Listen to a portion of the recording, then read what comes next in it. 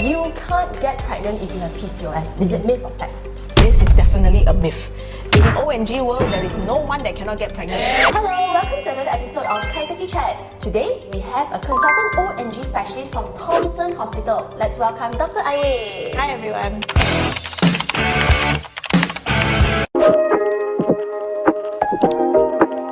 Since we have Dr. 𝐏𝐿𝑒 here with us today, maybe you can enlighten us a bit about this really popular but oftenly missed problem, the PCOS, polycystic ovarian syndrome. PCOS is actually a hormonal or medical terminologies we call endocrine disorder. Commonly presents as period issues or skin-related problems, or even worse, some patient comes in with reproductive or infertility issues mainly. Before we go into the depth about PCOS, let's do a quick game with Dr. 𝐏𝐿𝑒. Let's debunk 3 common myths about PCOS. Does that mean that you need to have a lot of cysts to have PCOS?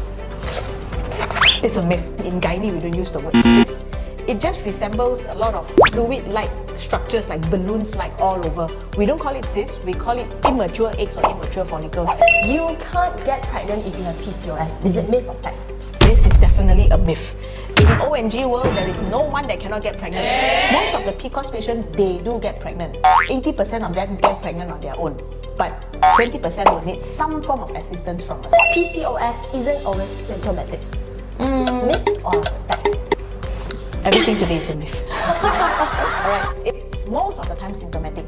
Patients do not walk into you and tell you, "Doctor, I think I have PCOS." They will tell you, "Oh, doctor, my skin suddenly became very oily, very acne, my hair is shedding, my periods are becoming more and more little or not coming at all." They will come in with a complaint, not like they walk in and hopefully you tell them it is or not. It's a myth. Do you see a lot of PCOS in your practice? A lot of patients comes to me and ask me if they have PCOS, but most of them do not have it. What happens nowadays is everybody Googles, everybody reads, so they think they have it. But of course, I will say out of 100 patients that I see, maybe around 10 to 20% of them only. So usually if they're suspecting, if they're unsure, if they have PCOS, how do we go about diagnosing it? We follow 3 criteria. Number 1, you must have certain amount of a hormone change. That means things that increases your male hormone symptoms like sebum increase, so face becomes very oily, acne, scalp becomes very dry and oily, or then you start getting hair loss. So that's what we call male hormone increase.